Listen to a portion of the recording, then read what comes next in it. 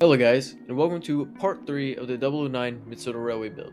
Today, we'll be doing some more woodwork and construct a fascia for the layout. And while we're at it, we can install some access doors as well.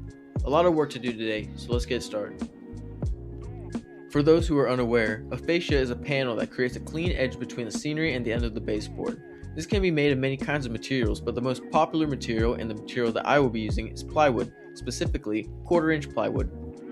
A fascia makes a layout look much more professional. As you can see with my old layout, I did not make a fascia, so you can see the individual layers of foam underneath the hills.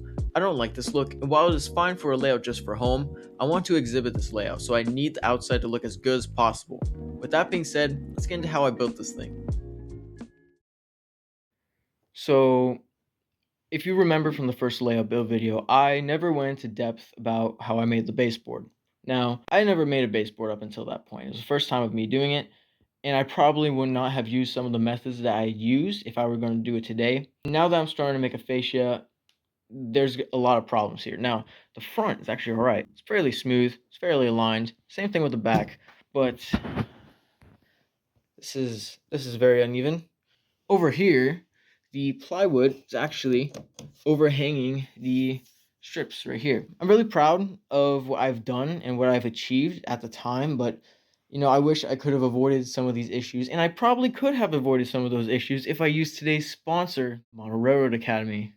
Model Railroad Academy is the one-stop shop for model railroad instructions, ideas, and information. Their website features a vast library of in-depth tutorials and demonstration videos by expert model railroad instructors that covers everything that you need to know in this hobby. They are always creating new premium videos to help you along your model railroad journey. One video I found particularly useful was layout edging and valence.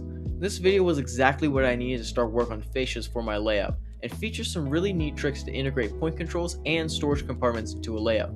This is definitely worth a watch. The first 1,000 people watching this video to use the link in my description will get a full year of premium membership to Model Railroad Academy for only $1.49. This offer is valid for new members only. Whether you are just starting out in the hobby or you're a seasoned veteran, you will be able to grow and enhance your skills through Model Railroad Academy's expansive library and picking some new skills up along the way. Thank you to Model Railroad Academy for the support in this video. Now, let's get back to the action.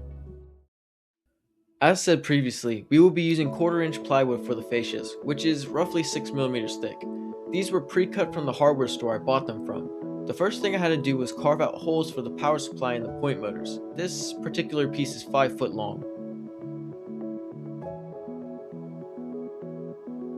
The holes for the power supply were simple enough, just drilling holes large enough so my DC power jacks can fit through.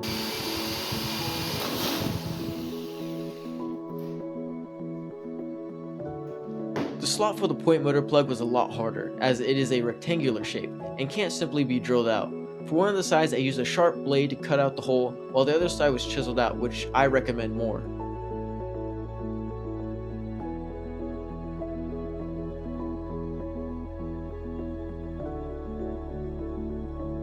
After the holes for the terminals were made, I test fitted a piece up against the front face of the layout. Using a pencil, I lightly traced an outline for what shape I want the terrain to be.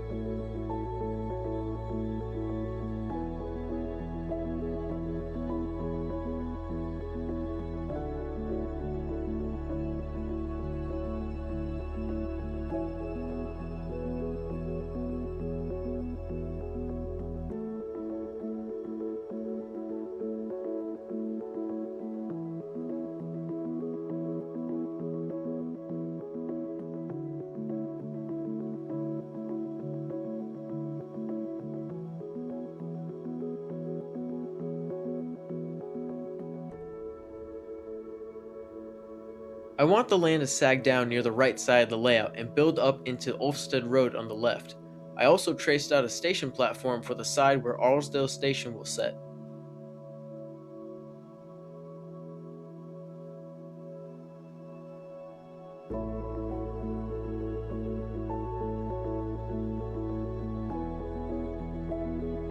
Once that was completed, I now need to cut these shapes. For this, I'm using a jigsaw.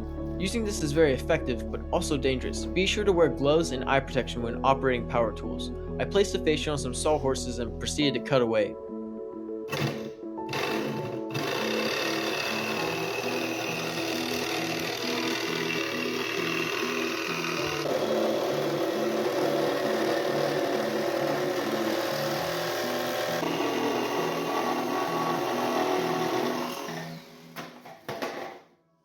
This side of the fascia was now ready to be test fitted onto the layout.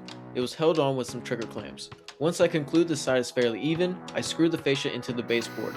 The same process was repeated on the opposite side.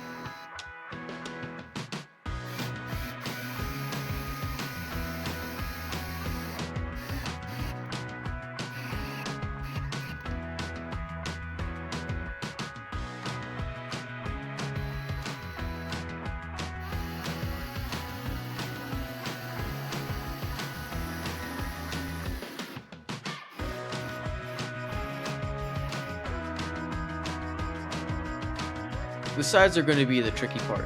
Due to the sides being very uneven, I sanded down some excess wood sticking out to make sure the sides are as even as possible.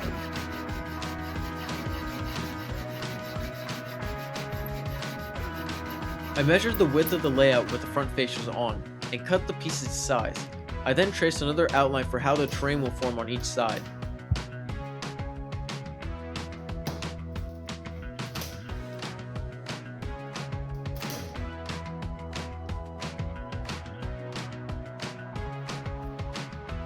This side of the layout will have open panel gaps to see inside the tunnel that will eventually get made. Not only does this allow me for easier access to an otherwise restricted area, but I also want to model the inside of a tunnel, so that would be pretty cool, I think. Now these fascias are rather tall, so they have the ability to flex. I do not want that, so I'm going to use these L brackets to support the fascias. Simply screwing the fascias into the baseboard would be fine if the fascias were shorter, but these ones are rather tall.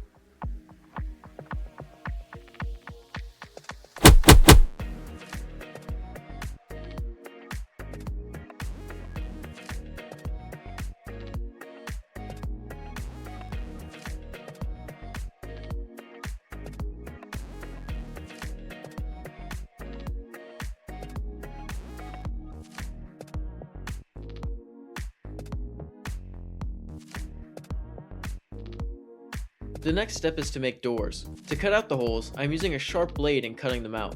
I can't chisel them out because I need to reuse these pieces later.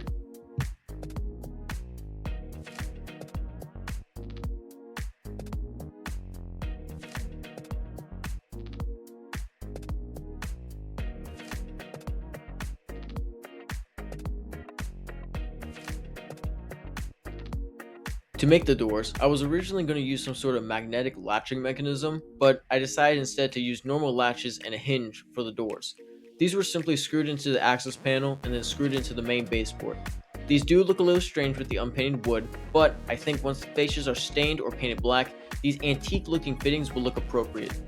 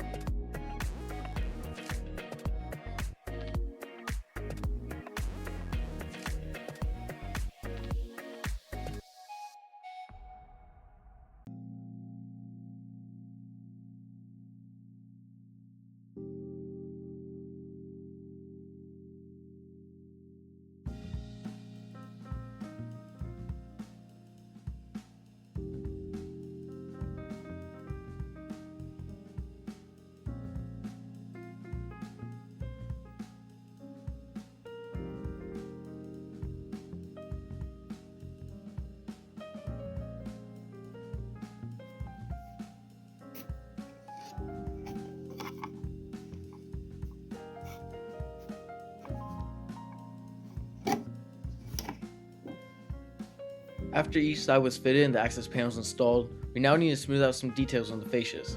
The reason why I used screws instead of nails to install the fascias was because it is easier to countersink screws than nails. This way, wood filler can be applied to the holes and smooth out to have a nice clean surface. I am using DAP plastic wood filler.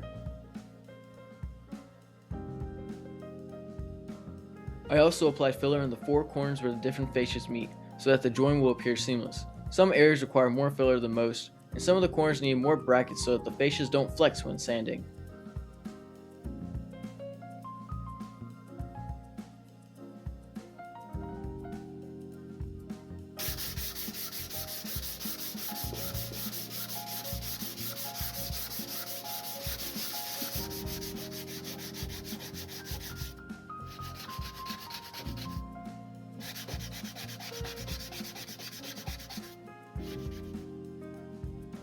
And that's everything for the fascias done.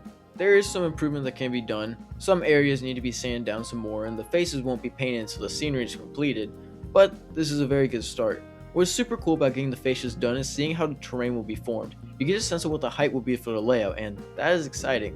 I also really like these access panels. I really do think once the faces are painted or stained, they will look really good, but that won't happen for a while, so we must wait and see. Now, this would normally be the time for a running session, but unfortunately, yeah, I broke the layout. This video was going to feature track painting, tunnels, and even ballast, but I messed up the throw bar on one of the turnouts. This is not a hard fix at all, but it is frustrating that it didn't go to plan. But that's something to be remedied in the next episode. Thank you all for watching this build video of the Mid-Sodor Railway. Again, I apologize for the lack of a running session, but hey, things happen. Be sure to like and subscribe for more Mid-Sodor Railway content, and check the link in the description for more information on Model Railroad Academy. I will certainly watch some more of their videos so these mistakes don't happen again. Thank you all for watching and hope to see you soon.